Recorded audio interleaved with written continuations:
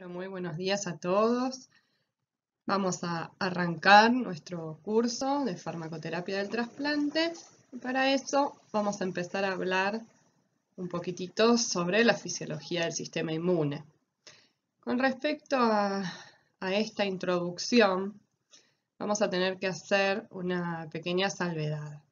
El tema es que hay gente, seguramente, que tuvo inmunología como parte de su carrera de grado, como una materia, y gente que no, porque en los planes anteriores o en los planes más viejos no estaba en la carrera de farmacia. Por lo tanto, voy a hablarles sobre la fisiología del sistema inmune en este capítulo introductorio, pero dejamos como material complementario un archivo, un PDF, en donde lo tienen un poco más detallado. Aquel que sienta que necesita reforzar sobre la fisiología del sistema inmune o el funcionamiento normal del mismo, puede recurrir a ese PDF, ¿sí? Lo que yo voy a intentar darles acá, en este material audiovisual, son las bases fundamentales que se necesitan para luego entender el trasplante y dónde estamos ubicados, ¿sí? Así que bueno, vamos a arrancar un poquitito viendo la fisiología del sistema inmune para después pasar a los principios generales del trasplante, ¿sí? En donde vamos a ver la definición de trasplante, qué tipos de trasplante hay, los tipos de donantes, cuáles son los estudios que vamos a realizar. Todo esto en este capítulo introductorio que se va a tornar bastante largo. Tómense su tiempo, igual siempre recuerden que tienen 2 semanas para poder ver bien cada módulo. Pero este capítulo es fundamental para poder seguir avanzando y para después entender todos los mecanismos de acción de los medicamentos que vamos a ir viendo. Así que les recomiendo que lo revisen bien, que no se queden con dudas, que cualquier cosa nos escriban a través de los foros. Fíjense todo lo que abarca la inmunología, ¿sí? Y en dónde vamos a estar parados nosotros, ¿sí? Ahí se ve con un círculo rojo. Para que tomen magnitud de todo lo que abarca la inmunología, vamos a ver que hay 2 grandes tipos de respuestas, que son las innatas y las adaptativas. Ya vamos a entrar un poquitito más en detalle, en donde para estudiar o para poder ubicar a los actores del sistema inmune los separamos, pero en realidad funcionan como un todo, ¿sí? Las tenemos que pensar como un todo. En general, la primera respuesta o lo primero que reacciona del sistema inmune es lo que se conoce como respuesta innata, que son mecanismos de defensa que ya tenemos instaurados en el organismo, pero seguida a la respuesta innata se desencadena la adaptativa, que es a donde aparecen los famosos linfocitos B y T, que ya vamos a hablar un poco más sobre ellos. Fíjense que a las respuestas innatas se las llama inespecíficas y a las adaptativas específicas. En un ratito, cuando empecemos a ahondar un poco más en estos tipos de respuesta o en esta gran respuesta inmune, vamos a entender y les voy a volver hacia aquí y vamos a terminar de entender por qué una es inespecífica y la otra es específica. Las respuestas inmunes pueden ser beneficiosas, que es lo que vamos a esperar siempre del sistema inmune, que es que nos proteja frente a cualquier infección que pueda llegar a ingresar al organismo o cualquier sustancia extraña. Pero además el sistema inmune tiene un papel protector antitumoral, ¿sí? Eso está comprobado, se han hecho estudios con animales hace muchos años y se ha comprobado que el sistema inmune tiene papel protector, ¿sí? Antitumoral. El tema es que la velocidad de replicación de las células tumorales, sumada a que son células bastante similares a las normales, y si a eso le agregamos que las células tumorales tienen muchísimos mecanismos de evasión del sistema inmune, en general se le complica bastante al sistema inmune lograr evadir o erradicar células tumorales. A su vez, puede haber una disfunción en el sistema inmune y ahí ya empezaríamos a ver la fisiopatología del mismo, y cualquier tipo de disfunción va a generar lo que se conoce como una inmunodeficiencia. La disfunción o la falla puede estar en cualquiera de los actores de la respuesta inmune. Serán inmunodeficiencias primarias cuando lo que está en déficit o en disfunción son los actores principales del sistema inmune, que son los linfocitos B y T. Pero hay un montón de otras inmunodeficiencias en donde quizás están afectados los fagocitos o el sistema de complemento, que son otros actores del sistema inmune. Ya los vamos a ir conociendo. Y por supuesto que tener una baja en el sistema inmune va a dejar al organismo mucho más propenso de contraer una infección o un tumor, ¿sí? No solo pueden ser beneficiosas las respuestas inmunitarias, también pueden ser perjudiciales. Ahí van a aparecer las famosas reacciones de hipersensibilidad, que es algo así como las reacciones adversas del sistema inmune, en donde si una respuesta es más exacerbada de lo normal o se prolonga en el tiempo, quizás se genere una reacción de hipersensibilidad. Sí, acá van a estar, por ejemplo, las reacciones alérgicas, ¿sí? Hay 4 tipos de reacciones de hipersensibilidad y las alérgicas serían las de tipo 1, que son las que más solemos conocer. También son respuestas perjudiciales la autoinmunidad. El sistema inmune ya vamos a ir conociéndolo un poquito más, pero vamos a ver que cuando genera sus receptores lo hace por un proceso que es azaroso.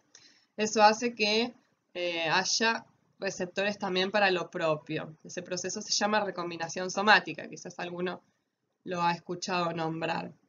Esa diversidad de receptores que se generan de manera azarosa hace que también haya receptores para lo propio. Por ende, las células del sistema inmune reconocen lo propio. El tema es que hay un mecanismo que se llama autotolerancia, que es el encargado de regular para que no se desencadene la respuesta inmune ante ese reconocimiento de lo propio. Pero puede fallar el mecanismo de autotolerancia. Hay autoinmunidad cuando falla la autotolerancia, ¿sí? Porque receptores para lo propio hay. A su vez, toda esta gran respuesta puede emplearse para todo lo que es diagnóstico, para la inmunización activa y pasiva. Cuando nos referimos a inmunización activa, nos referimos a que ingresa una sustancia extraña o un antígeno al organismo y el sistema inmune genera la respuesta y por ende producción de anticuerpos. ¿Sí? Ya vamos a ir viendo un poquitito más en detalle cómo es eso, pero el sistema inmune está trabajando, o sea, yo estoy ingresando el antígeno para que el sistema inmune genere los anticuerpos. Por eso se la llama inmunización activa.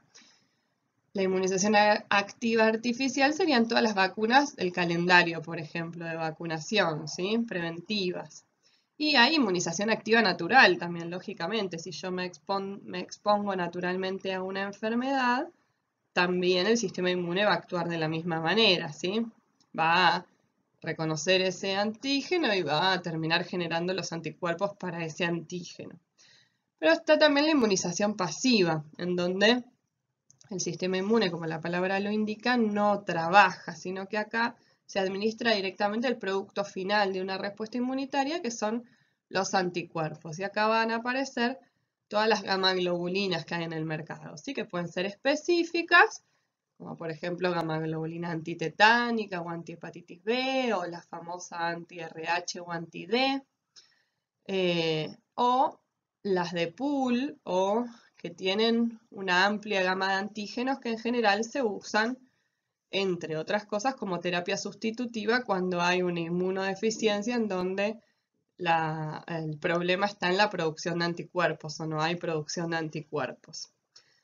Todo esto abarca el sistema inmune y, por supuesto, dejamos para el final el tema que nos incumbe en este curso, que es favorecer la aceptación de injertos, dice ahí. Por supuesto, todo lo que es trasplante está dentro de la inmunología. Ya vamos a ver que los rechazos en un trasplante son respuestas T-dependientes. Ya vamos a aprender un poquitito más sobre eso. Por eso la importancia, ¿no?, de esta primera parte introductoria o de la fisiología del sistema inmune, porque tenemos que entender que es una respuesta humoral T-dependiente porque son las respuestas que se generan cuando hay alguno de los tres tipos de rechazo, así que ya vamos a ir viendo. Por supuesto que si yo intento colocar un órgano que viene de una persona con una carga genética completamente distinta al receptor, el organismo, el sistema inmune, lo va a reconocer como algo extraño y por supuesto va a generar una respuesta inmunitaria. Para que eso no suceda es que se inmunosuprime, ¿sí? En todo lo que es trasplante, el sistema inmune no hay que disminuirlo, hay que llevarlo a cero. Sí o sí tengo que tener al sistema inmune suprimido totalmente para que no haga rechazo, porque ese órgano tiene una carga genética completamente distinta, ¿sí? Salvo que sean gemelos idénticos, que ya lo vamos a ver, pero no es lo que sucede en la gran mayoría de los trasplantes, ¿sí? En general son entre individuos de la misma especie, pero con carga genética distinta. Por eso no tenemos otra alternativa que inmunosuprimir. Y de ahí la importancia, ¿no?, de conocer bien las bases del sistema inmune para poder después entender cuáles van a ser nuestros mecanismos de acción de los fármacos y cómo logramos esa inmunosupresión. Hoy en día ya tenemos en el mercado un montón de anticuerpos monoclonales que son inmunosupresores y además de entender cómo se genera la inmunosupresión, tenemos que conocer qué son los anticuerpos monoclonales, que también competen a la materia. Bueno, vamos a empezar a definir cómo llamar a esta sustancia extraña que decimos que ingresa al organismo. Cuando nosotros hablamos de antígeno simplemente como una sustancia que se puede unir a un receptor del linfocito, ya sea del linfocito T o del linfocito B. Simplemente eso es un antígeno, algo que es reconocido por los receptores de los linfocitos. Ahora, si ese antígeno induce o es capaz de inducir una respuesta inmunitaria o logra desencadenar la respuesta inmunitaria, hablamos de inmunógeno, ¿sí?, que es esta definición que se ve acá, sustancia capaz de inducir una respuesta inmunitaria de tipo humoral, de tipo celular o de ambos tipos. La respuesta de tipo humoral es la respuesta a cargo de los linfocitos B y la respuesta celular es la respuesta a cargo de los linfocitos T, ¿sí? Entonces, si un antígeno logra desencadenar una respuesta inmune, ya hablamos de inmunógeno, ¿sí? Entonces, la definición que vemos en el medio, la capacidad de inducir una respuesta inmunitaria va a ser la inmunogenicidad. Y después nos queda debajo una definición que es la definición de apteno. Molécula orgánica, no proteica, en general de bajo peso molecular, que se une a anticuerpos específicos, pero que solo induce una respuesta si se asocia a una proteína transportadora o carrier. Esto, el ejemplo más notorio que tenemos de apteno para el sistema inmune son los medicamentos. Los medicamentos, moléculas orgánicas, ¿sí? Fíjense, moléculas orgánicas no proteicas que tienen bajo peso molecular y cuando ingresan al organismo recorren el organismo unidos a una proteína, ¿sí? Tal cual hacen los medicamentos.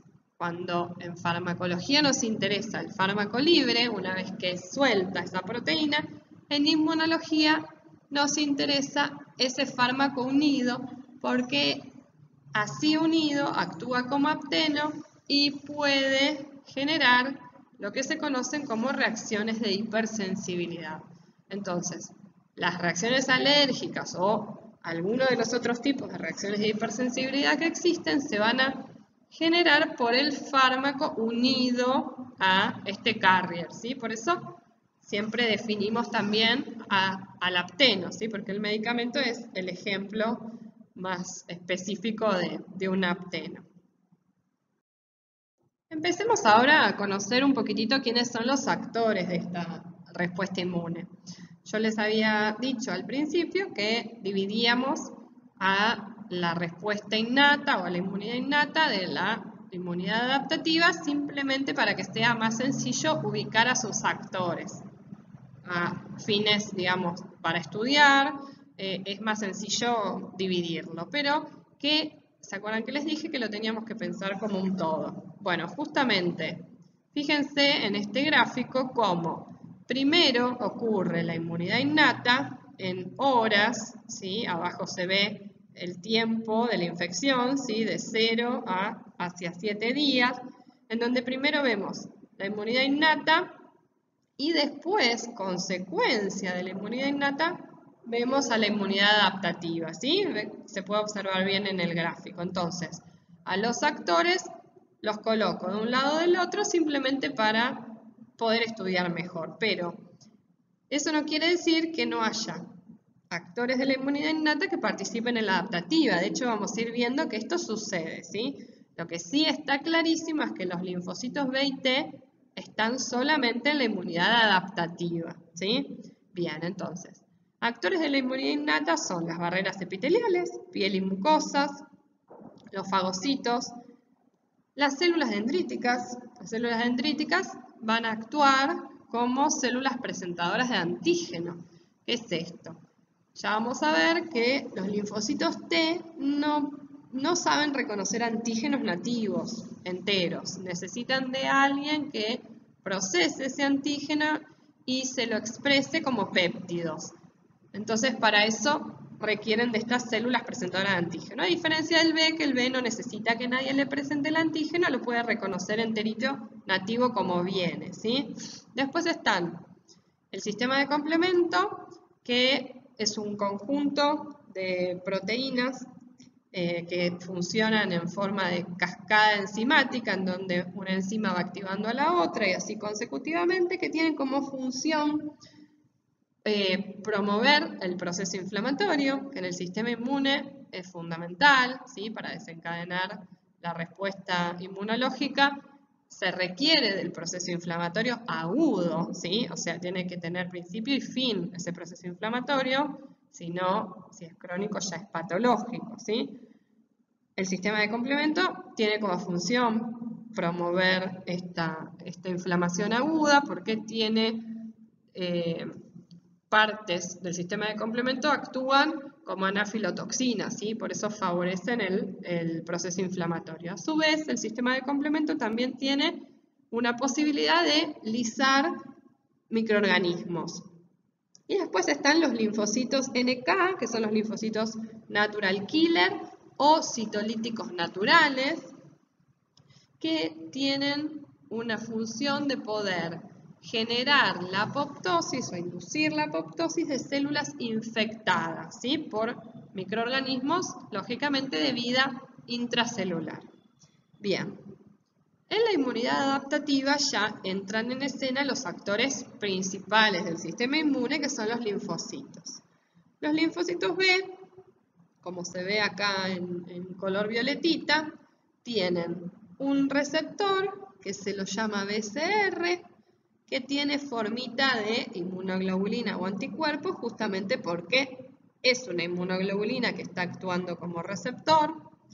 Reconocen el antígeno, así como se ve en el dibujito, con su receptor de manera nativa, no necesitan de nadie que se lo presente, y el paso siguiente, que se ve como una proliferación, es lo que llamamos expansión clonal. Luego de esa expansión clonal, en donde se clonan esos linfocitos que reconocieron a ese antígeno que ingresó, viene la producción de células efectoras. Y las células efectoras de la respuesta humoral, o sea, la respuesta que está a cargo de los linfocitos, son células productoras efectoras de anticuerpos o plasmocitos. Por eso, el producto final de una respuesta humoral son los anticuerpos, como se ve acá, ¿sí? A su vez, además de células efectoras productoras de anticuerpos, van a quedar también linfocitos B de memoria, que son linfocitos B que quedan preparados y mucho más especializados para el próximo ingreso del mismo antígeno. Con los linfocitos T, que es la respuesta que está debajo, hablamos de una respuesta celular. Fíjense que acá, a diferencia de la respuesta humoral, ya necesitamos alguien que le presente el antígeno al linfocito T, ¿sí? Entonces van a ver que en este caso hay un fagocito que también puede actuar de célula presentadora de antígeno, además de las dendríticas que veíamos recién. Así que acá ya tenemos otro actor que también participa en ambas respuestas, ¿sí? El fagocito lo que está haciendo acá es interiorizando el antígeno y lo procesa y lo expresa en eso que se ve como una manito verde. Eso es el complejo mayor de histocompatibilidad. El complejo mayor de histocompatibilidad es un grupo de moléculas que tiene como función presentar en su interior péptidos. ¿Por qué? Porque esa célula presentadora de antígeno, todas las células presentadoras de antígeno tienen complejo mayor de histocompatibilidad y como ya lo interiorizó a ese antígeno que es proteico y lo procesó, lo puede expresar como péptido dentro de ese complejo mayor de histocompatibilidad. Pero requisito fundamental para que el receptor del linfocito T pueda actuar es que el antígeno sea proteico, ¿sí? Porque solo reconoce péptidos presentados y procesados por la célula presentadora de antígenos, ¿bien? Entonces, ese péptido está siendo presentado al TCR, que es el receptor del linfocito T, que se ve rojito, y ahí el linfocito T entra en expansión clonal y produce linfocitos T efectores. Los linfocitos T efectores pueden ser linfocitos T helpers, que como su nombre lo indica, después colaborarán ya sea con los linfocitos B o con los fagocitos o con el otro tipo de linfocitos, que son los citotóxicos, o si no, justamente el otro linfocito T efector son los linfocitos citotóxicos o CD8, que también se los conoce, ¿sí? A los helpers se les llama CD4 positivos, eso es por los marcadores de membrana que tiene, y a los citotóxicos se les llama CD8 positivo. Bien, los CD8 citotóxicos, como su nombre lo indica, tienen función de poder generar o inducir la apoptosis de células infectadas, sea por microorganismos de vida intracelular. O sea, el linfocito T citotóxico es el similar al linfocito natural killer, pero de la adaptativa, ¿sí? El citotóxico en la respuesta adaptativa y el natural killer en la innata. Y ambos, tanto el natural killer en la innata como el citotóxico en la adaptativa, además secretan una sustancia que se llama interferón gamma, que genera un efecto antivírico para que el virus que todavía no ingresó, en el caso de que lo que haya ingresado sea un virus, ¿no? Por supuesto, para que ese virus que todavía no llegó a ingresar a las células, no ingrese, ¿sí? Es un efecto antivírico que genera el interferón gamma. Vamos a ver ahora las diferencias en cuanto a las características principales de una respuesta y de la otra, ¿sí? Vamos entendiendo un poquitito más sobre ellas. Fíjense que cuando habla de especificidad en la inmunidad innata, habla de estructuras compartidas por clases de microorganismos. Eso se lo conoce como PAMPs, patrones moleculares asociados a patógenos. Lo que tiene la respuesta innata es receptores para PAMPs, para esos patrones moleculares asociados a patógenos. Por lo tanto, va a reconocer distintos antígenos de la misma manera. En cambio, en la inmunidad adaptativa, por el contrario, como yo les había comentado, la diversidad de receptores se expresa en un proceso llamado recombinación somática, mientras los linfocitos están madurando, los T en el timo, los B en la médula ósea, que son los órganos linfáticos primarios. Ahí ocurre este proceso de recombinación somática en donde se expresa gran diversidad de receptores de manera azarosa y se intenta que haya receptores para todo tipo de antígeno. Entonces, esto hace que cada antígeno sea reconocido de diferente manera. Entonces, con esto, ¿se acuerdan que en el gráfico inicial decía que la inmunidad innata era inmunidad innata o inespecífica y la adaptativa decía o específica? Bueno, tiene que ver con esto. La innata no tiene especificidad justamente porque reconoce estructuras compartidas por grupos de microorganismos. Por lo tanto, reconoce distintos antígenos de la misma manera y responde siempre de la misma forma. En cambio, la adaptativa sí es específica porque hay receptores para cada tipo de antígeno, ¿sí? Eso que les debía entonces de la primer diapo ya lo tenemos resuelto con esto, ¿sí? Por supuesto que cualquier duda que quede me lo hacen saber a través de los foros y lo repasamos, no hay ningún problema. Bien, por supuesto, la especificidad tiene que ver con los receptores, ¿sí? Los receptores de la inmunidad innata son receptores para PAMS, acá tienen algunos ejemplos, su diversidad es limitada. En cambio, los receptores de la inmunidad adaptativa son los TCR, receptores de célula T para los linfocitos T, o los BCR para los linfocitos B, receptores de células B. Los BCR, fíjense que acá se ve el dibujito, directamente inmunoglobulina se ve. ¿Por qué? Porque el BCR, su estructura principal, es una inmunoglobulina que actúa como receptor del linfocito B. Hay varios isotipos de inmunoglobulina, ya lo vamos a ver. La IgM o la IgD pueden cumplir esta función de ser receptor del linfocito B.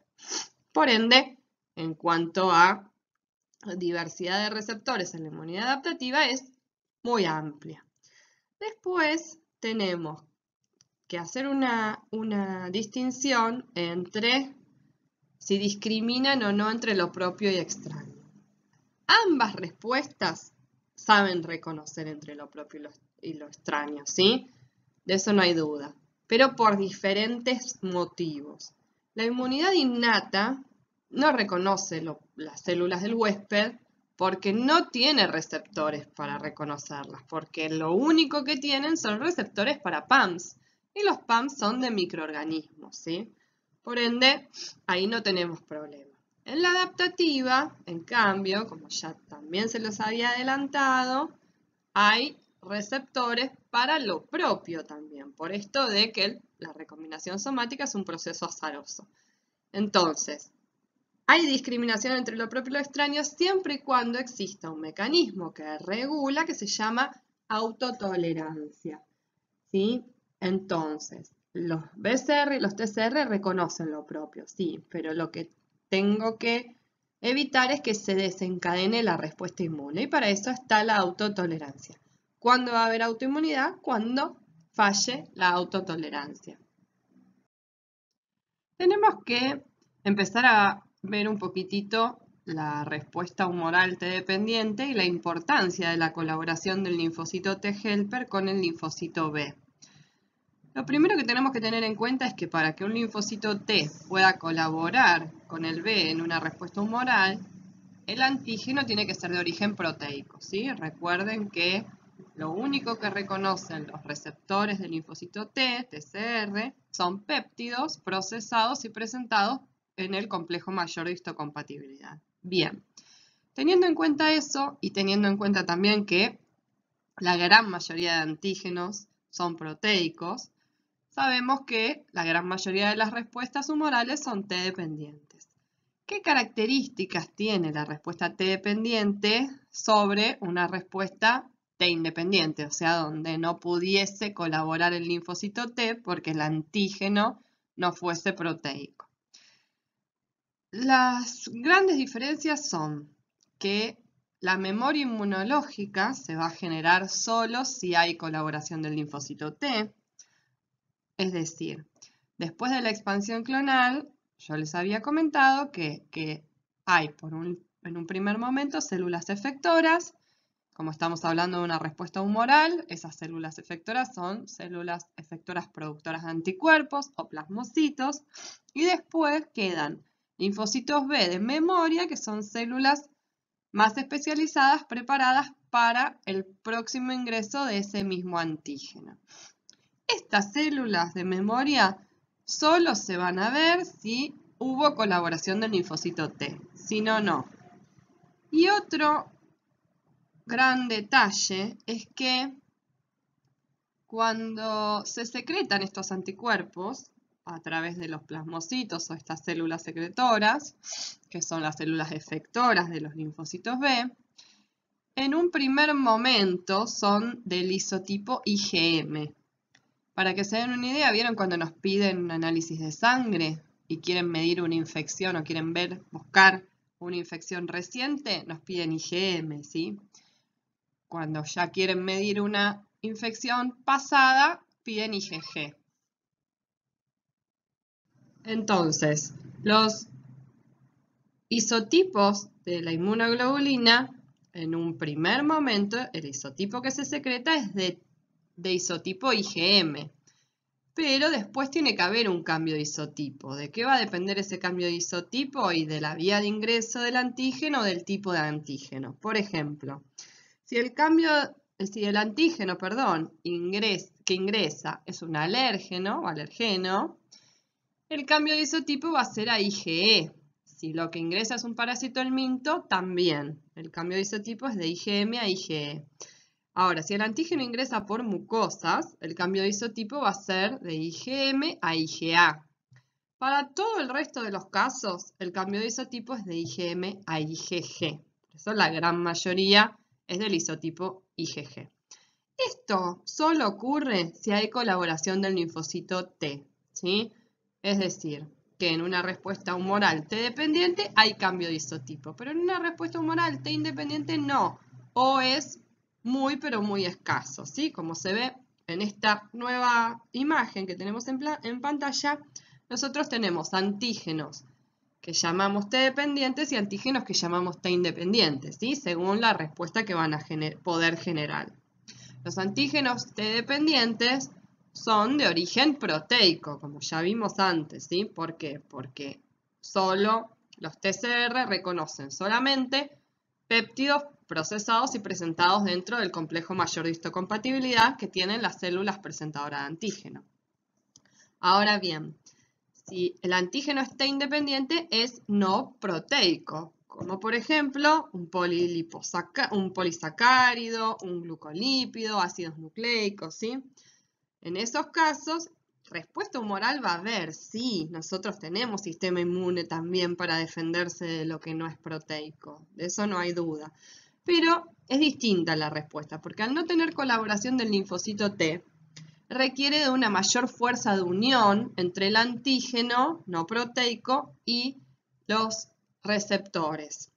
Eso se llama avidez, que es la suma de las fuerzas de uniones que hay entre cada epítope del antígeno, que es la partecita del antígeno que reconoce el receptor, y el receptor, ¿sí? Entonces va a requerir de mayor fuerza de unión o mayor avidez.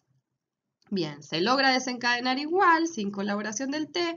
Es una respuesta humoral en donde el linfocito B entra en expansión clonal, se producen las células efectoras, que son las células efectoras productoras de anticuerpos o plasmocitos, pero los isotipos secretados son de IgM, pero no cambian de isotipo o el cambio es muy, pero muy escaso.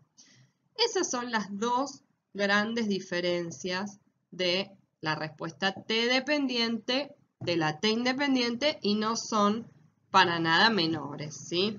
Entonces, en el cuadro este vemos que maduración de la afinidad hay en las T dependientes y no en las T independientes, lógicamente.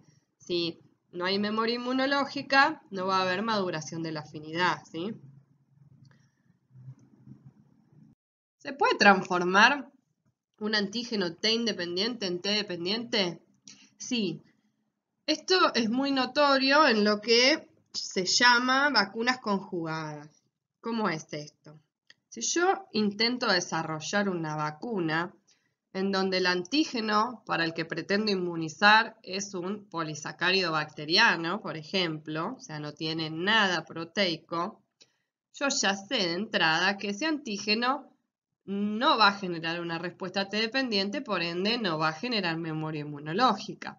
¿Y de qué me sirve una vacuna si no genera memoria inmunológica? Absolutamente de nada. Entonces hay una forma de convertir ese antígeno T independiente en T dependiente y es conjugándolo con alguna proteína. Si se fijan, por ejemplo, en el prospecto de la vacuna del neumococo, van a ver que está conjugada con la proteína de la difteria. No quiere decir que la vacuna inmunice también contra la difteria, sino que se usa este antígeno porque es proteico y de esa manera se garantiza que la respuesta sea T dependiente y genere memoria inmunológica. Entonces, esto existe, es posible y sucede con algunas de las vacunas incluso que tenemos en nuestro calendario. Esto es simplemente para que vean un TCR y un BCR, o sea, el receptor del linfocito T y el receptor del linfocito B.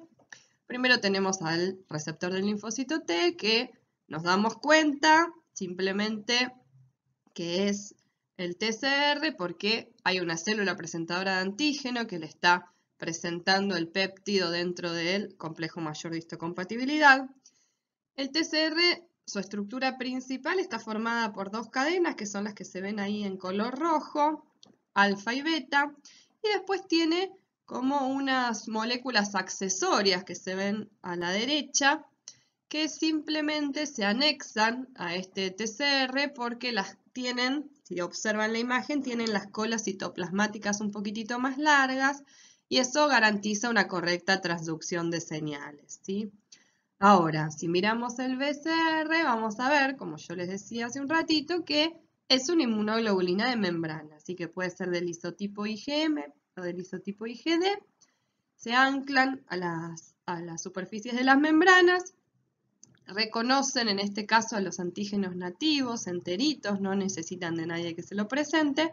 Y también fíjense que tiene estas moléculas accesorias que tienen las colas citoplasmáticas más largas por el mismo motivo que veíamos recién con el TCR, para garantizar una correcta transducción de señales. Ya la estructura no es de dos cadenas como el TCR, acá son 4, en donde 2 de ellas se las llama cadenas pesadas, que son las de adentro, como pueden observar acá, las más largas, y las 2 que están hacia afuera y son más cortitas se las llama cadenas livianas. Las cadenas pesadas son idénticas entre sí, las cadenas livianas también. La estructura central de la inmunoglobulina se la llama bisagra, pero bisagra con B larga. Y después tiene una región variable, que es la parte de arriba, que es la que varía cuando se expresan los receptores en el proceso de recombinación somática, y después el resto de la inmunoglobulina es constante, ¿sí? Es la porción que se ancla a las membranas y media las funciones efectoras. Esta fotito siempre la ponemos porque es una manera graciosa de recordar que los linfocitos T necesitan que les presenten el antígeno, ¿sí? Acá tenemos una célula presentadora de antígeno que por la forma parecería ser una célula dendrítica que tiene el antígeno en su manito.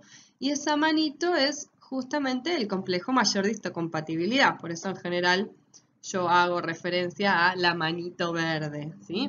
Y acá está el linfocito T enojado, esperando para poder reconocer a ese antígeno. Y fíjense que sus pelitos arriba de su cabeza parecen ser TCRs.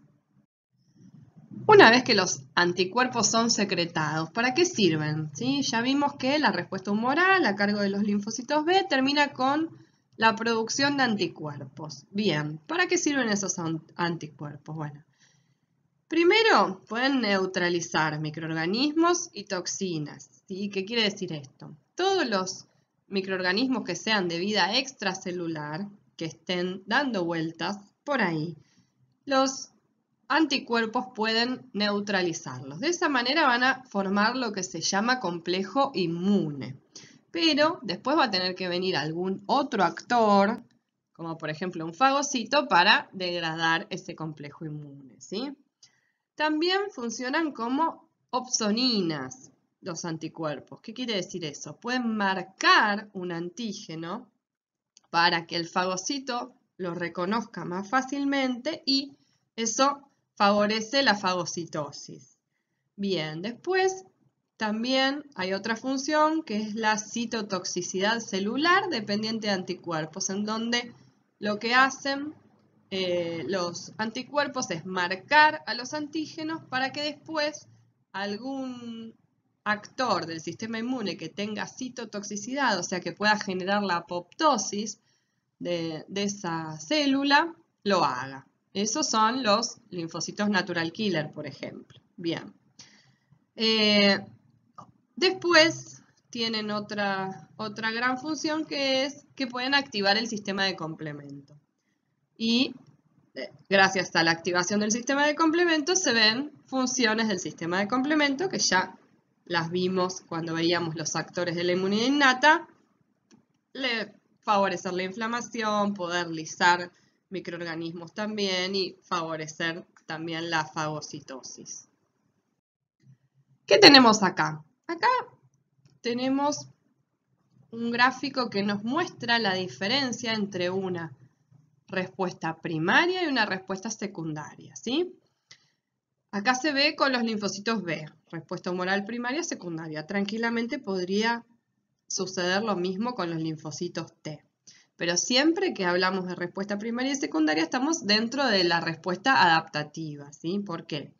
Porque ya sabemos que células de memoria dan los linfocitos, por ende son ellos quienes van a tener una distinción entre un primer ingreso y los subsiguientes, ¿sí? En la inmunidad innata esto no sucede, en la inmunidad innata no existe la memoria, por ende siempre va a responder de la misma manera, aunque vuelva a ingresar el mismo antígeno, ¿sí?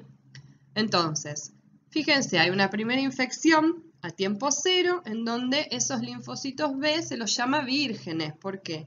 Porque todavía no estuvieron en contacto con ese antígeno, ¿sí? Son linfocitos B maduros que ya salieron de la médula ósea, migraron a lo que se conoce como órganos linfáticos secundarios, en donde van a estar a la espera de encontrarse con algún antígeno. Bien, por eso son linfocitos B vírgenes.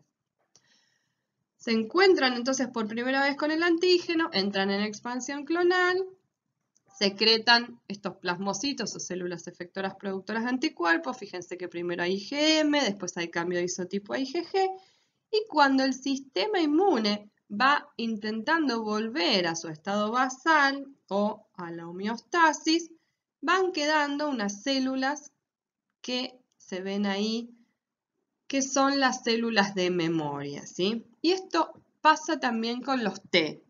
Esto es muy importante que lo tengan en cuenta, ¿sí? Exactamente lo mismo sucede con los linfocitos T.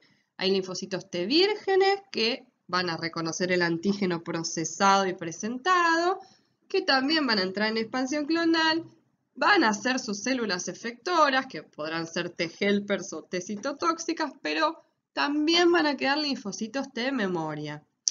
Y esto es fundamental saberlo porque en general se tiende a relacionar memoria inmunológica con anticuerpos y no es así. La memoria inmunológica se logra gracias a estas células linfocitos B o T que quedan luego de la expansión clonal cuando el sistema inmune intenta volver a su estado basal, ¿sí? Bien, hasta ahí tenemos una primera infección. Fíjense qué ocurre cuando vuelve a ingresar el mismo antígeno, ¿sí? Es a donde se ve la flechita roja que dice infección repetida. Ahí ya el linfocito que va a reconocer el antígeno es el linfocito B de memoria o el linfocito T de memoria si estuviésemos viendo una respuesta celular, ¿sí? Entonces, es un linfocito que está más especializado, que con menos cantidad de antígeno ya va a generar su respuesta y en menos tiempo, fíjense abajo, los días que hay en una respuesta primaria y los días que lleva la secundaria es muchísimo más rápida. ¿A qué cantidad de días alcanza el pico máximo de secreción de anticuerpos? Y como si eso fuese poco, la cantidad de anticuerpos secretados es mucho mayor también, ¿sí? Entonces es una respuesta, la secundaria, que aumenta en magnitud y en intensidad, ¿sí? Por eso la importancia de las células de memoria. Y esto es lo que buscan todas las vacunas, ¿sí? Que hayan células de memoria para que puedan generar después respuestas secundarias ante el ingreso de ese mismo antígeno de manera natural, ¿sí? Entonces, vuelven a quedar células de memoria otra vez, mucho más especializadas, y así sucesivamente, ¿sí? Esto es simplemente para que vean lo que veíamos recién con la respuesta T dependiente y la T independiente. Y ahora que sabemos comparar una respuesta primaria de una secundaria. Bien, fíjense, el primer gráfico es T dependiente. Se produce un poco de IgM, hay cambio de isotipo a IgG, ¿sí? La IgM es la que se ve en la liñita punteada azul y la IgG es la que se ve en la línea roja. Bien, hay cambio de isotipo IgG. Al segundo ingreso del mismo antígeno, seguimos en el mismo gráfico, vuelve a haber un poco de IgM, pero la IgG, fíjense, el cambio de isotipo IgG es muchísimo mayor. Fíjense lo que pasa si la respuesta fuera T independiente. Tanto en la respuesta primaria como en la secundaria tendríamos solo IgM y siempre la misma cantidad. No habría cambio de isotipo. Acá volvemos a tener un gráfico bastante divertido en donde podemos ir viendo una respuesta humoral T dependiente enterita. Fíjense, el paso 1, hay un linfocito B que reconoce con sus BCRs a una bacteria en este caso. En el paso 2 se ve que el linfocito T está ayudando al linfocito B. ¿Cómo es esa colaboración? Es a través de la liberación de citoquinas. El linfocito T emite citoquinas que colaboran para que el B se active y entre en expansión clonal.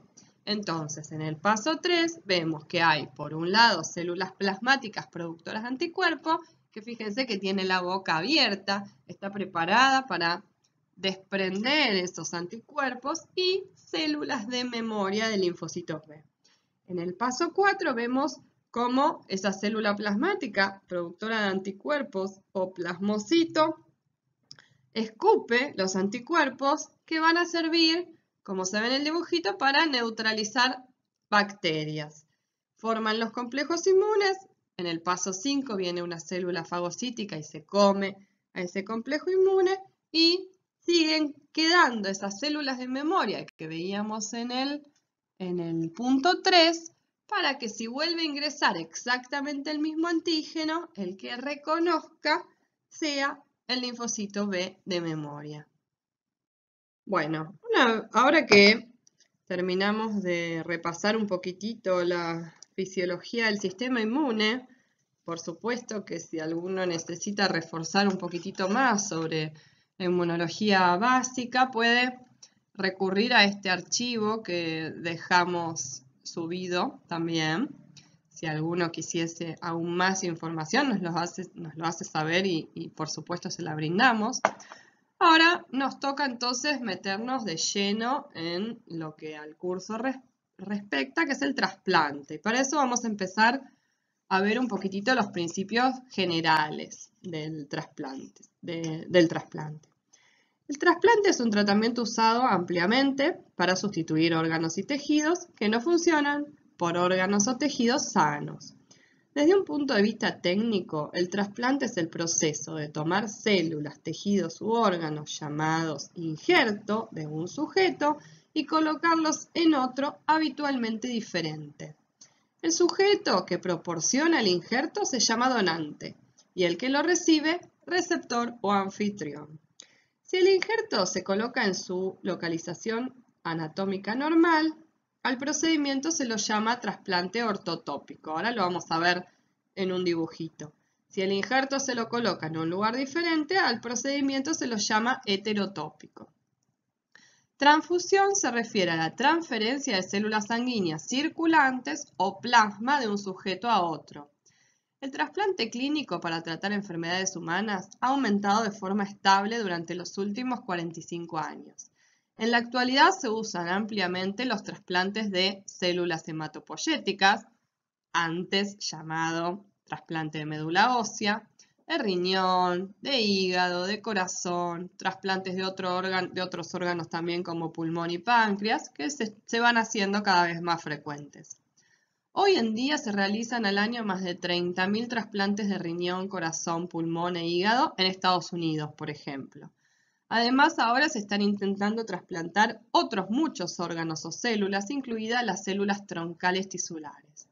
Una vez superado el desafío técnico del trasplante quirúrgico de los órganos, pronto quedó claro que la respuesta inmunitaria contra los tejidos injertados era la principal barrera al trasplante.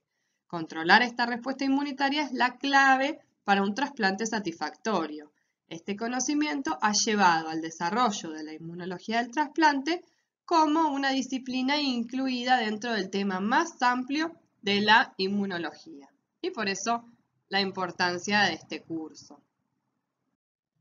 Basándose en estudios experimentales y observaciones clínicas, ahora se han establecido varios principios que se aplican a las reacciones a los trasplantes y no a otras respuestas inmunitarias. El trasplante de células o tejidos de un sujeto a otro con una composición génica distinta conduce al rechazo del trasplante debido a una respuesta inmunitaria adaptativa, que ya sabemos qué es. Este problema se apreció, en primer lugar, cuando los intentos de sustituir piel dañada en pacientes quemados con piel procedente de donantes no emparentados resultaron siempre infructuosos. Al cabo de 1 o 2 semanas, la piel trasplantada sufría una necrosis y se desprendía. El fracaso de los injertos llevó a su investigador a estudiar el trasplante de piel en modelos animales. Estos experimentos determinaron que el fracaso del injerto de piel se debía a una reacción inflamatoria llamada rechazo. La conclusión de que el rechazo del injerto es el resultado de una respuesta inmunitaria adaptativa procedió de experimentos que demostraron que el proceso disfrutaba de memoria y especificidad y estaba mediado por linfocitos. Por ejemplo, el rechazo se produce 10 a 14 días después del primer trasplante de un donante a un receptor no idéntico y de forma más rápida tras el segundo trasplante del mismo donante en este receptor, lo que se llama rechazo de segundo grupo, lo que implica que el receptor recordaba el tejido injertado. Los sujetos que han rechazado un injerto de un donante muestran un rechazo acelerado de otro injerto del mismo donante, pero no de un donante diferente, lo que demuestra que el proceso del rechazo es específico desde un punto de vista inmunitario. Estos resultados experimentales se repitieron en el trasplante clínico. Quizás la prueba más convincente que demuestra que el rechazo del aloinjerto es una respuesta inmunitaria adaptativa fue la observación de que la capacidad de rechazar rápidamente un trasplante puede transferirse con linfocitos procedentes de un anfitrión sensibilizado a uno virgen.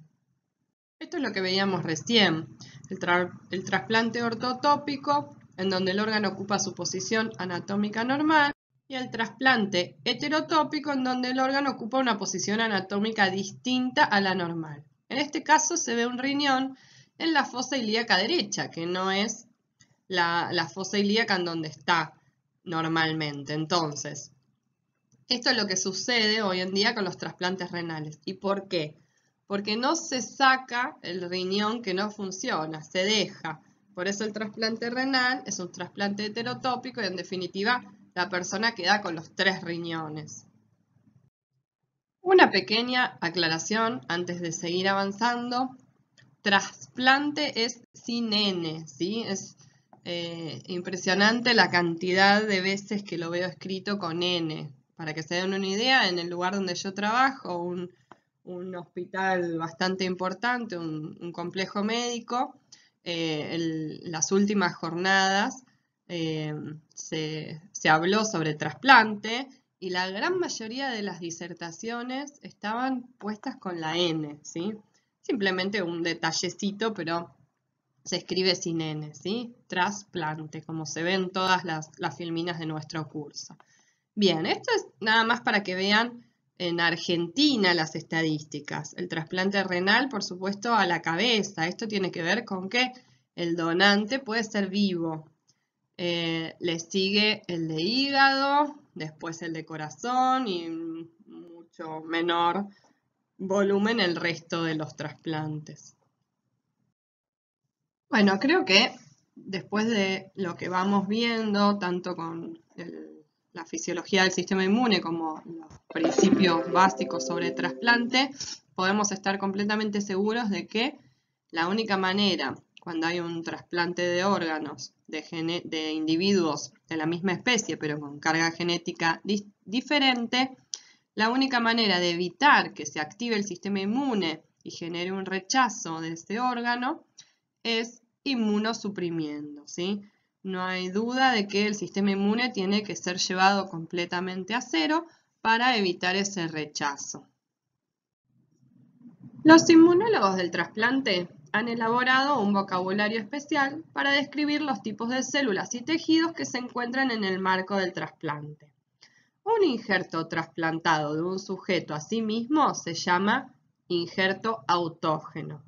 Un injerto trasplantado entre dos sujetos con una composición génica idéntica se llama injerto singénico.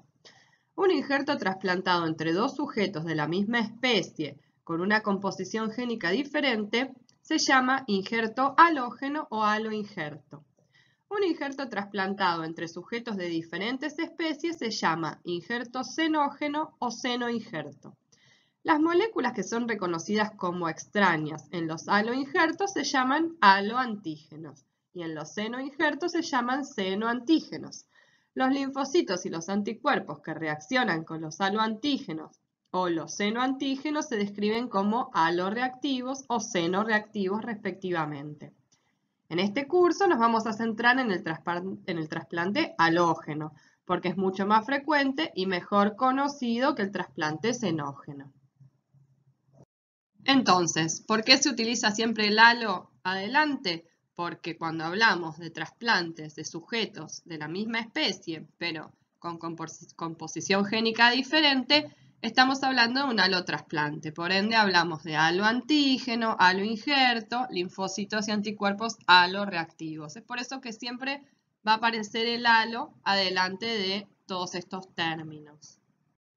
Acá podemos ver los diferentes tipos de donantes. Tenemos en un primer lugar al donante vivo, en donde el trasplante de riñón es válido y el trasplante de comúnmente médula ósea, pero hablando correctamente es el trasplante de células precursoras hematopoyéticas. Ahí el donante vivo puede realizarse el trasplante con un donante vivo, mejor dicho, y es por eso que el trasplante renal es el número 1 en la Argentina y en el mundo en general.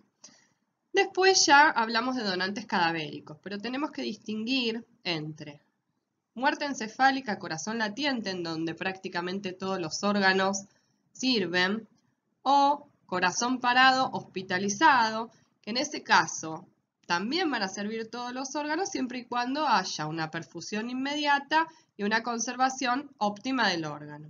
Ya cuando tenemos corazón parado, pero no hospitalizado, o sea, donde no hay una inmediata perfusión ni conservación, lo único que podemos llegar a rescatar para trasplantar son córneas o huesos. Bueno, para poder empezar a ver los distintos tipos de rechazo, tenemos que hablar un poquitito del mecanismo general del rechazo, en donde en un primer lugar tenemos el reconocimiento del haloantígeno, que vamos a ver que puede ser directo o indirecto, para luego ver la activación de los linfocitos haloreactivos y terminar con los mecanismos efectores del rechazo del haloinjerto, que son los rechazos propiamente dichos, que ya vamos a ver que pueden ser de 3 tipos. Vamos a comenzar con el reconocimiento de los haloantígenos por los linfocitos T. Las moléculas halógenas del complejo mayor de histocompatibilidad de un injerto pueden presentarse para su reconocimiento por los linfocitos T de 2 formas muy diferentes, llamadas vía directa e indirecta. Los estudios iniciales demostraron que los linfocitos T de un receptor de un injerto reconocen moléculas intactas y sin procesar del MHC presentes en el injerto, y a esto se lo llama reconocimiento directo de haloantígenos. Estudios posteriores mostraron que a veces los linfocitos T del receptor reconocen moléculas del MHC del injerto solo en el contexto de las moléculas del MHC del receptor, lo que implica que las moléculas del MHC del receptor deben estar presentando proteínas halógenas del MHC del injerto a los linfocitos T del receptor. Este proceso se llama reconocimiento indirecto y es prácticamente el mismo que el reconocimiento de cualquier antígeno proteínico extraño, por ejemplo microbiano. No solo las moléculas del MHC, sino los antígenos de histocompatibilidad secundarios pueden presentarse a los linfocitos T del anfitrión mediante la vía indirecta. El reconocimiento directo o indirecto por el linfocito T de los haloantígenos es un primer paso en la mayoría de las formas de rechazo del haloinjerto. Es probable que, independientemente de la vía y de qué antígenos sean reconocidos por los linfocitos T del anfitrión, la respuesta inicial tenga lugar en los ganglios linfáticos que drenan el injerto, como ya veremos más adelante. En este caso, las células presentadoras de antígeno portadoras del antígeno deben ser capaces de migrar desde el injerto hasta los ganglios linfáticos. Veamos ahora la activación y funciones efectoras de los linfocitos haloreactivos. Cuando los linfocitos reconocen haloantígenos, se activan para proliferar, diferenciarse y realizar funciones efectoras que pueden dañar a los injertos. Los pasos de activación son similares a los que hemos descrito para los linfocitos que reaccionan frente a antígenos microbianos. La respuesta del linfocito T a un órgano injertado puede iniciarse en los ganglios linfáticos que drenan el injerto. La mayoría de los órganos contienen células presentadoras de antígeno residentes, como las células dendríticas, y por tanto el trasplante de estos órganos en un receptor halógeno proporciona células presentadoras de antígeno que expresan moléculas del MHC del donante, así como coestimuladores. Se cree que estas células presentadoras de antígeno del donante migran a los ganglios linfáticos regionales y presentan en su superficie moléculas halógenas del MHC sin procesar a los linfocitos T del receptor, la vía directa del halorreconocimiento. Las células dendríticas del anfitrión procedentes del receptor también pueden migrar al injerto, captar haloantígenos del injerto y transportarlos de nuevo a los ganglios linfáticos que drenan la zona, donde se muestran la vía indirecta. La conexión entre el vaso linfático en los haloinjertos y los ganglios linfáticos del receptor no se hace de forma quirúrgica y se establece probablemente por el crecimiento de nuevos conductos linfáticos en respuesta a estímulos inflamatorios producidos durante la integración del injerto. Los linfocitos vírgenes que normalmente viajan a través del ganglio linfático se encuentran con estos haloantígenos y son inducidos a proliferar y diferenciarse en células efectoras. Este proceso se llama a veces sensibilización a los haloantígenos. Los linfocitos T efectores migran de nuevo al injerto y median el rechazo. Como se expuso antes, muchos de los linfocitos T que responden a los antígenos MHC halógenos en un nuevo injerto son linfocitos T de memoria con reactividad cruzada generados previamente frente a antígenos ambientales antes del trasplante. Al contrario que los linfocitos T vírgenes, los linfocitos T de memoria pueden no necesitar ver los antígenos presentados por las moléculas dendríticas en los ganglios linfáticos para activarse y pueden migrar directamente a los injertos cuando son activados por las células presentadoras de antígeno o por células tisulares que presentan el haloantígeno. Los antígenos que estimulan las respuestas inmunitarias adaptativas frente a los haloinjertos son proteínas de histocompatibilidad, codificadas por genes polimórficos que difieren entre los individuos. Como hemos expuesto antes, todos los animales de una cepa endogámica tienen la misma composición génica y son homocigóticos respecto a todos los genes, excepto los cromosomas sexuales en los machos. Por el contrario, los animales endogámicos de diferentes cepas y los sujetos de especies exogámicas, excepto los gemelos idénticos, difieren en los genes que heredan, incluidos los genes de histocompatibilidad. Las reglas básicas de la inmunología del trasplante que se establecieron por primera vez a partir de experimentos realizados sobre todo con ratones con unas características génicas definidas son las siguientes. Las células u órganos trasplantados entre sujetos con una carga génica idéntica, gemelos idénticos o miembros de la misma cepa endogámica de animales, nunca se rechazan. Las células u órganos trasplantados entre personas con una carga génica que no es idéntica o entre miembros de dos cepas endogámicas diferentes de una especie, siempre se rechazan. La descendencia de un cruce entre dos cepas endogámicas diferentes de animales no rechazará injertos de cualquiera de sus progenitores. En otras palabras, un animal A por B no rechazará injertos de un animal de la cepa A ni de la cepa B. Esta regla se viola en el trasplante de médula ósea, ¿sí? Un injerto obtenido de la descendencia de dos cepas endogámicas diferentes de animal será rechazado por cualquiera de sus progenitores. En otras palabras, un injerto de un animal A por B será rechazado por un animal de la cepa A o de la cepa B. Tales resultados inducen a pensar que las moléculas presentes en los injertos que son responsables del rechazo deben ser polimórficas y que su expresión debe ser codominante. Polimórfico se refiere al hecho de que estos antígenos del injerto difieren entre los sujetos de una especie, aparte de los gemelos idénticos, o entre diferentes cepas endogámicas de animales. Expresión codominante significa que cada sujeto hereda genes que codifican estas moléculas de los dos progenitores y que se expresan los dos alelos procedentes de los progenitores. Por tanto, los animales A por B expresan los alelos A y B y ven los tejidos A y B como propios, mientras que los animales endogámicos A o B expresan solo un alelo y ven los tejidos A por B como parcialmente extraños.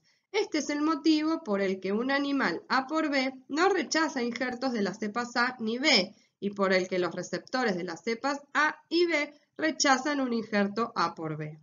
Las moléculas responsables de las reacciones fuertes o rápidas de rechazo se llaman moléculas del complejo principal o mayor de histocompatibilidad. MHC le decimos nosotros. Cuando sus investigadores produjeron parejas de cepas congénicas de ratones endogámicos que se criaron para tener la misma composición génica, salvo los genes necesarios para el rechazo del injerto, usaron estos ratones con el fin de identificar los genes polimórficos que codifican las dianas moleculares del rechazo del halo injerto, que se llamaron genes del MHC. Los trasplantes de la mayoría de los tejidos entre cualquier pareja de sujetos, excepto los gemelos idénticos, se rechazarán, porque las moléculas del MHC son tan polimórficas que dos individuos no heredan las mismas. Como vimos antes, la función normal de las moléculas del MHC es presentar péptidos derivados de antígenos proteínicos de forma que puedan ser reconocidos por los linfocitos T. La función de las moléculas del MHC como antígenos que causan el rechazo del injerto es una consecuencia de la naturaleza del reconocimiento del antígeno por parte del linfocito T. Recordemos que las moléculas del MHC humanos se llaman antígenos leucocíticos humanos, HLA serían sus siglas en inglés. Y en el contexto del trasplante humano, los términos MHC y HLA se usan de forma intercambiable o indistintamente. En el marco de cualquier trasplante, entre un donante y un receptor que no tienen los mismos genes, habrá antígenos polimórficos aparte de las moléculas del MHC contra las que el receptor puede montar una respuesta inmunitaria. Estos antígenos suelen inducir reacciones de rechazo débiles o más lentas, más graduales que las moléculas del MHC y por eso reciben el nombre de antígenos de histocompatibilidad secundarios. La mayoría de los antígenos de histocompatibilidad secundarios son proteínas que se procesan y presentan a los linfocitos T del anfitrión asociados a moléculas propias del MHC situadas en las células presentadoras de antígeno del anfitrión como cualquier antígeno proteico. Se desconoce la relevancia de los antígenos de histocompatibilidad secundarios en el trasplante clínico de órganos sólidos, sobre todo porque se ha obtenido un escaso éxito en la identificación de los antígenos relevantes.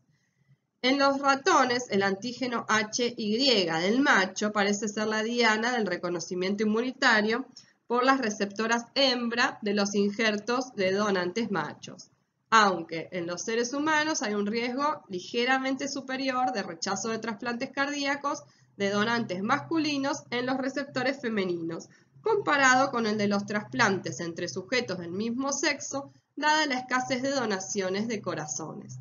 El emparejamiento en función del sexo no es práctico. Los antígenos de histocompatibilidad secundarios desempeñan una función más significativa en la estimulación de las respuestas del injerto contra anfitrión tras el trasplante de células troncales hematopoyéticas, que vamos a ver más adelante, pero tampoco se ha definido la naturaleza de los antígenos relevantes en este marco. Acá les dejo los resultados obtenidos con este experimento. Podemos concluir, por todo lo que vimos, que las moléculas responsables de casi todas las reacciones fuertes o rápidas de rechazo son las moléculas del complejo mayor de histocompatibilidad. Los genes del MHC son la base génica del rechazo del injerto. Como recordamos recién, la función normal de las moléculas del MHC, ¿se acuerdan que era? Presentar péptidos derivados de antígenos proteicos de forma que puedan ser reconocidos por los receptores de los linfocitos T, ¿sí? Las moléculas del MHC humano se llaman HLA, antígenos leucocíticos humanos, y tanto MHC como HLA se van a usar indistintamente. Bueno, como veíamos antes, en lo que respecta a la presentación, dijimos que puede ser de dos maneras, directa o indirecta. Les dejo a continuación los gráficos de lo que veíamos recién. La presentación directa, en donde la célula presentadora de antígeno del donante presenta una molécula intacta del MHC en el injerto, que es reconocida por el receptor del linfocito T, sin la necesidad de una célula presentadora de antígeno del anfitrión. En cambio, en la presentación indirecta, un linfocito T del receptor reconoce un péptido del MHC presentado por una célula presentadora de antígeno del receptor. Las moléculas del MHC del donante son capturadas y procesadas por células presentadoras de antígeno del receptor y los péptidos derivados se presentan recién al linfocito T. Bien, y acá están entonces estos antígenos de histocompatibilidad secundarios que veíamos recién, en donde ya las reacciones que inducen son reacciones más débiles, lentas o graduales. La mayoría son proteínas que se expresan y presentan al linfocito T del anfitrión, asociadas a moléculas propias del MHC en la CPA, o sea, en general es por vía indirecta. En el halo-reconocimiento directo, la célula presentadora de antígeno del donante en el halo-injerto migra a los tejidos linfáticos secundarios, donde presentan moléculas halógenas del MHC a los linfocitos T del anfitrión. En el halo-reconocimiento indirecto, la célula presentadora de antígeno del receptor que han entrado en el halo-injerto transportan proteínas del MHC del donante a tejidos linfáticos secundarios y presentan péptidos derivados de estas proteínas del MHC a linfocitos T aloreactivos del anfitrión. En ambos casos, los linfocitos T se activan y se diferencian en células efectoras. Los linfocitos T aloreactivos efectores migran al haloinjerto, se reactivan gracias al haloantígeno y median la lesión. Los linfocitos T efectores, que son los linfocitos T helpers y los linfocitos T citotóxicos, aloreactivos activados por haloantígenos del injerto, producen el rechazo por distintos mecanismos que vamos a ver a continuación. Empecemos con el rechazo hiperagudo. El rechazo hiperagudo se caracteriza por una oclusión trombótica de los vasos del injerto que comienza a los pocos minutos u horas de que se anastomosen los vasos sanguíneos del anfitrión a los del injerto y está mediado por anticuerpos preexistentes en la circulación del anfitrión que se unen a los antígenos endoteliales del donante. La unión del anticuerpo al endotelio activa el complemento. Y los anticuerpos y los productos del complemento inducen juntos varios cambios en el endotelio del injerto que promueven la trombosis intravascular.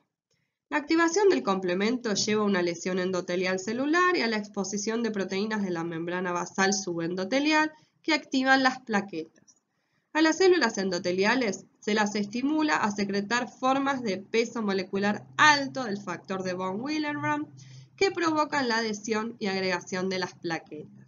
Las células endoteliales y las plaquetas presentan una vesiculación de la membrana, lo que conduce al desprendimiento de partículas lipídicas que promueven la coagulación. Las células endoteliales pierden los proteoglucanos sulfato de parano de la superficie celular que normalmente interactúan con la antitrombina 3 para inhibir la coagulación. Estos procesos contribuyen a la trombosis y la oclusión vascular, y el órgano injertado sufre una necrosis isquémica irreversible. En los primeros días del trasplante, el rechazo hiperagudo está mediado a menudo por los aloanticuerpos IgM preexistentes, presentes en títulos altos antes del trasplante. Se cree que tales anticuerpos naturales surgen en respuesta a antígenos glucídicos expresados por bacterias que normalmente colonizan el intestino y parece que presentan reactividad cruzada con varios aloantígenos. Los ejemplos mejor conocidos de tales aloanticuerpos son los dirigidos contra los antígenos del grupo sanguíneo ABO expresados en los eritrocitos, que veremos más adelante. Los antígenos ABO también se expresan en las células endoteliales vasculares. Hoy, el rechazo hiperagudo por anticuerpos anti-ABO es sumamente raro, porque a todas las parejas de donante y receptor se les selecciona de modo que tengan tipos ABO compatibles. Como veremos más adelante, el rechazo hiperagudo causado por anticuerpos naturales es una barrera importante al xenotrasplante y limita el uso de órganos de animales para el trasplante humano. En la actualidad, el rechazo hiperagudo de aloinjertos, cuando ocurre, está mediado habitualmente por anticuerpos IgG dirigidos contra aloantígenos proteicos como moléculas del MHC del donante o contra aloantígenos peor definidos expresados en células endoteliales vasculares. Tales anticuerpos surgen generalmente como resultado de la exposición anterior a aloantígenos a través de una transfusión sanguínea, un trasplante anterior o múltiples embarazos. Si el nivel de estos anticuerpos aloreactivos es bajo, el rechazo hiperagudo puede surgir lentamente a lo largo de varios días, pero el comienzo es aún más temprano que el del rechazo agudo.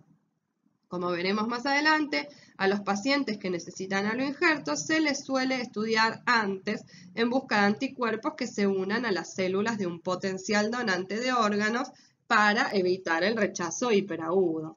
En casos raros en que los injertos deban hacerse entre donantes y receptores con un ABO incompatible, la supervivencia del injerto puede mejorarse por medio de una eliminación rigurosa de anticuerpos y linfocitos B. En ocasiones, si el injerto no se rechaza rápidamente, sobrevive incluso en presencia de anticuerpos contra el injerto. Un posible mecanismo de esta resistencia al rechazo hiperagudo es la mayor expresión de proteínas del complemento reguladoras en las células endoteliales del injerto, una adaptación beneficiosa del tejido que se ha llamado acomodación. En el rechazo agudo, es un proceso de lesión del parénquima del injerto y de los vasos sanguíneos mediado por los linfocitos T y los anticuerpos aloreactivos. Antes de la llegada de la moderna inmunosupresión, el rechazo agudo comenzaba a menudo varios días a pocas semanas después del trasplante.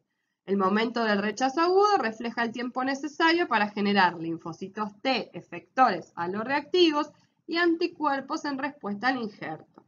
En la práctica clínica actual, los episodios de rechazo agudo pueden producirse mucho tiempo después, incluso años después del trasplante, si la inmunosupresión se reduce por cualquier razón.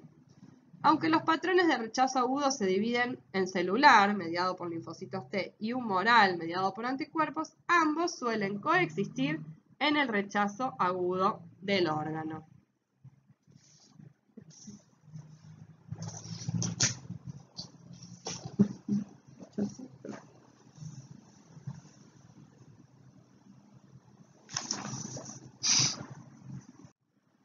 Por último, el rechazo crónico y vasculopatía del injerto. Como el tratamiento del rechazo agudo ha mejorado, la principal causa del fracaso de aloinjertos de órganos vascularizados hoy en día es el rechazo crónico. Desde 1990, la supervivencia al cabo de un año de aloinjertos renales ha sido superior al 90%, pero la supervivencia a los 10 años ha continuado en alrededor del 60% a pesar de los avances alcanzados en el tratamiento inmunosupresor. El rechazo crónico aparece de forma insidiosa durante meses o años y puede estar o no precedido de episodios de rechazo agudo clínicamente reconocidos. El rechazo crónico de diferentes órganos trasplantados se asocia a diferentes cambios anatomopatológicos. En el riñón y el corazón, el rechazo crónico da lugar a una oclusión vascular y una fibrosis intersticial. Los trasplantes pulmonares que sufren un rechazo crónico muestran vías respiratorias pequeñas engrosadas, bronquiolitis, y los trasplantes hepáticos muestran conductos biliares fibróticos y no funcionales. Una lesión dominante del rechazo crónico en los injertos vascularizados es la oclusión arterial como resultado de la proliferación de las células musculares lisas de la íntima y los injertos fracasan finalmente, sobre todo debido a la lesión isquémica resultante. Los cambios arteriales se llaman vasculopatía del injerto o arterioesclerosis acelerada del injerto. La vasculopatía del injerto se observa con frecuencia en los aloinjertos cardíacos y renales fallidos y puede aparecer en cualquier trasplante de un órgano vascularizado entre los 6 meses y el año del trasplante. Los mecanismos probables que subyacen a las lesiones vasculares oclusivas del rechazo crónico son la activación de los linfocitos T alorreactivos y la secreción de citoquinas que estimulan la proliferación de células vasculares endoteliales y de las células musculares lisas vasculares. A medida que progresan las lesiones arteriales de la arteriosclerosis del injerto, el flujo sanguíneo del parénquima del injerto se ve reducido y el parénquima es sustituido lentamente por tejido fibroso no funcional. La fibrosis intersticial observada en el rechazo crónico puede ser también una respuesta reparativa al daño celular parenquimatoso causado por brotes repetidos del rechazo agudo mediado por anticuerpos o células, isquemia perioperatoria, efectos tóxicos de los fármacos inmunosupresores e incluso infecciones víricas crónicas. El rechazo crónico conduce a una insuficiencia cardíaca congestiva o arritmias en los pacientes con trasplante cardíaco o la pérdida de la función glomerular y tubular o insuficiencia renal en los pacientes con trasplante renal. Veamos un poquitito ahora cuáles son los métodos para reducir la inmunogenicidad de los aloinjertos. En el trasplante humano, la principal estrategia para reducir la inmunogenicidad del injerto ha sido minimizar las diferencias aloantigénicas entre el donante y el receptor. Se realizan de forma habitual varias pruebas de laboratorio clínicas para reducir el riesgo de rechazo inmunitario de los aloinjertos. Entre ellas están la tipificación del grupo sanguíneo ABO, la determinación de los alelos del HLA expresados en las células del donante y del receptor, lo que se llama tipificación tisular, la detección de anticuerpos preformados en el receptor que reconocen el HLA y otros antígenos representativos de la población donante y la detección de anticuerpos preformados en el receptor que se unen a antígenos de leucocitos identificados del donante, lo que se llama prueba cruzada. No todas estas pruebas se realizan en todos los tipos de trasplantes. Ahora vamos a resumir cada una de estas pruebas y veremos el significado. Para evitar el rechazo hiperagudo se seleccionan los antígenos del grupo sanguíneo ABO del donante para que sean compatibles con los del receptor. Esta prueba se utiliza siempre en los trasplantes renal y cardíaco porque los injertos renales y cardíacos no suelen sobrevivir si hay incompatibilidades ABO entre el donante y el receptor. Los anticuerpos IgM naturales específicos frente a antígenos del grupo sanguíneo ABO halógenos causarán un rechazo hiperagudo. La tipificación sanguínea se realiza mezclando los eritrocitos de un paciente con sueros estandarizados que contengan anticuerpos anti-A o anti-B. Si el paciente expresa cualquier antígeno del grupo sanguíneo, el suero específico frente a ese antígeno aglutinará los eritrocitos. La biología del sistema del grupo sanguíneo ABO la vemos, nosotros acá no la vemos, pero seguramente ustedes en su formación de grado la hayan visto. En el trasplante renal, cuanto mayor sea el número de alelos del MHC que son iguales entre el donante y el receptor, mayor será la supervivencia del injerto. En los pacientes que necesitan aloinjertos también se estudia la presencia de anticuerpos preformados contra moléculas del MHC del donante u otros antígenos de la superficie celular. Se realizan dos tipos de pruebas para detectar estos anticuerpos. La única manera de evitar el rechazo agudo es a través de la inmunosupresión. Los fármacos inmunosupresores que inhiben o matan a los linfocitos T son los principales usados para tratar o evitar el rechazo del injerto. Eso es lo que vamos a empezar a ver en los próximos módulos. Bueno, hasta acá llegamos con este capítulo que fue bastante introductorio. Vimos toda la fisiología del sistema inmune para ver también las nociones generales sobre trasplante. A partir del próximo módulo, dentro de 15 días, vamos a empezar a ver todos los medicamentos, inmunosupresores. También en algún módulo vamos a ver toda la medicación complementaria, ¿sí? No nos olvidemos que la persona está inmunosuprimida, tiene su sistema inmune totalmente en cero. Eso va a traer sus consecuencias. Por ende, además de la inmunosupresión, va a haber un montón de otros medicamentos que están en la lista del paciente trasplantado y vamos a tener un capítulo específico también para eso. Muchísimas gracias a todos. Cualquier consulta nos escriben a través de los foros y nos estamos encontrando en 15 días con el módulo 2.